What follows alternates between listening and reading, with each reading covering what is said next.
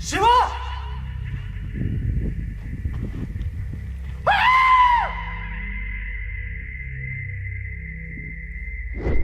Temples. What's there inside? Just a stone, is it? Let's forget that it's God for some time. Let's talk science, okay? Let's look at the stone as a stone. Keep your gods aside for a while. I'll tell you the basics, listen. If you look at the temple structure, deep inside the sanctum sanctorum, all you will find is a stone. 6 to 7 feet or 9 feet, including the pedestal, etc. A whole lot of people are ridiculing why this much decoration to a stone. What's there in it? How can you worship this dumb stone as God? To all the idiots who are ridiculing idol worshipping, let's talk science, okay? What is it? It's a rock. What is rock? Rock is made up of metals and minerals. If you go to a valley and shout something, what does the rocks do? It will give you an echo.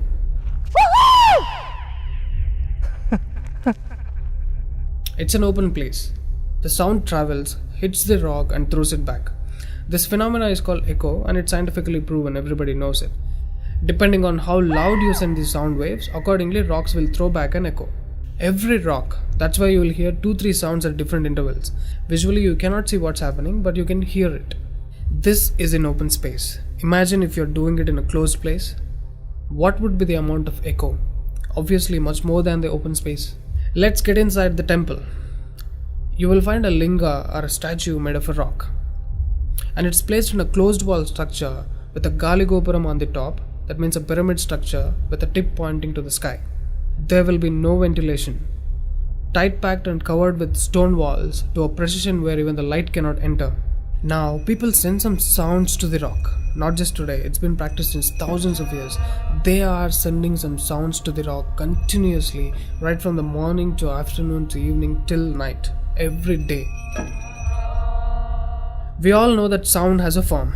To all the lower IQ people, I'm going to show you a few experiments where particles form different patterns and forms due to various types of sounds.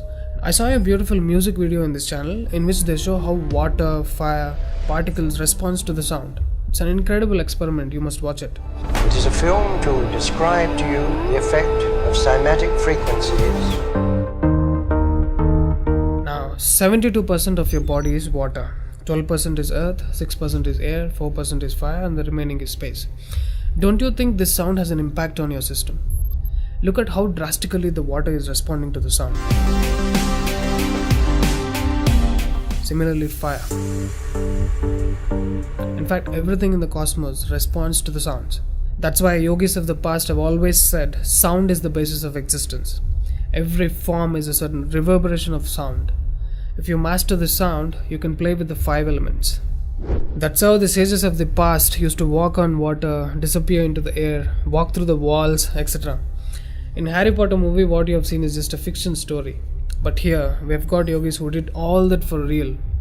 Even though there are many mystics who can do these things, not just them, you and I can do it if we attain certain mastery over the sound. You need a perception beyond the senses to do that. For that, you need to do a different level of sadhana. You can't do that in a laboratory through some dumb experiment. All those who tried either ended up neurotic or died an utter failure. Wasted a lot of money in the research. So except dhyanam, technically there is no other way. Sorry to disappoint the people who are lazy to yoga. Okay, sound. I recommend you to watch more such experiments in YouTube to understand better what I'm trying to say here. Inside the temple, they chant some mantras. What happens is, the sound will touch the stone and bounce back in different directions. Because it's a closed room, the sound has to pass out through the main door. And whoever is standing in front will be completely soaked in that energy. Now, what do they chant? Vishnu Sahasranamam in the morning and Lalita Sahasranamam in the night. There is Shivopasana Mantram, Lingastakam, Am Namah Shivaya, Nirvana Shatakam, etc., which will have different impacts on the human system.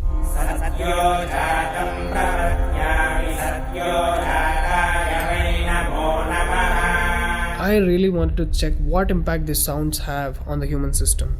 So I went to a neurosurgeon to really experiment and document the impact of these sounds on the human brain, the human system. I took my friend Rahul for the Eeg Test. It's called electroencephalography, where you can see the brain activity, the activity of the nervous system of a person on a computer. We played Lalita Sahasranamam to him.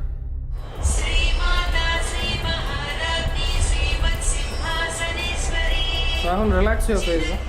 ఒకసారి first నుంచి చెప్పు.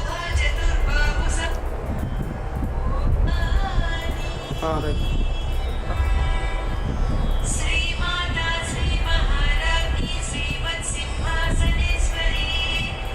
The kind of parasympathetic differences that he's getting is anonymous. Oh my god, then I understood. These sounds are engineered in such a way that the rhythm of the chant will go inside your parasympathetic nervous system and will put you into deep sleep within 3 to 5 minutes. First thing is, the chant is some thousands of years old. How could these ancient sages know that these sounds impact the parasympathetic nervous system? This they do it in the night. And in the morning they chant Vishnu Sahasranamam, the 1000 names of Bhagavan Vishnu. And again, these sounds are engineered in such a way that it will wake you up to a peaceful and refreshing state of mind.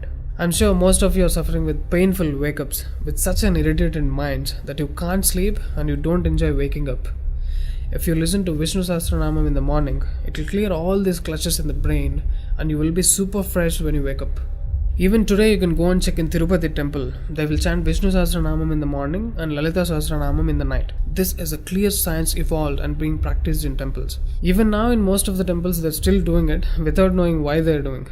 I went and asked one of the priests in my hometown. He said, no, they're doing it since so many years. Or they will say something like, it's good for your health, you will get money, pregnancy, etc. This is one more reason why temples are ending up in ruins here. There is no one to talk about the science behind it. Why sounds and why the rock? So they call this rock as God, and when you chant for God, their idea is to benefit the human beings living in the city. It's a free service. Will your doctors treat you for free? But these temples are doing it for free since ages. But now these temples are under attack. It's time to free them from government's control. Temples' properties are being looted. They think too much of gold is available there. You know what? The temple design is such. There will be a Dvajastambam, which is made of some metal, usually gold or copper. Brass is a good conductor of sound, gold is an excellent conductor of electricity, and it has higher receptivity of the energy. To all the idiots who are worried about so much gold being used in the temple construction, just smack them with this video. This is a clear science and most sophisticated engineering that even the modern science has no clue of. There is much more to the design of the temple. The design is such, the energy waves reverberated by the gopuram will pass straight and touch the antenna kind of arrangement here and stored in the energy format. People are supposed to touch it. A lot of people touch their heads without knowing why they are doing it. And then you're supposed to walk into the space which is filled with this energy transmitted by the rock inside. Doesn't matter whether you're a Muslim, Hindu or a Christian, you can't escape the energy. You'll be basked in the glory of that energy. You can actively feel the difference after you pass through the path. And this design is not there in a mosque or a church. Not just church and mosque, any sort of engineering on the planet cannot beat the engineering of a temple. It's incomparable. How many of you are aware of these sciences? Now what do you call the idiots who ridicule idol worshipping? Do you think they have got brains? Those who are urinating on the idols and those who are inspiring people to demolish temples, do you think they qualify to be human beings? The animal nature is still alive in them, or they must be living evils. Let me not end it here. I wanted to give it furthermore. Modern science is still in infancy when compared to the science and technology used in temple construction. I'm sure you watched Praveen Mohan's channel. He has done a mind-blowing work on temples. Watch these videos, you will get to know things which modern science has no clue of. These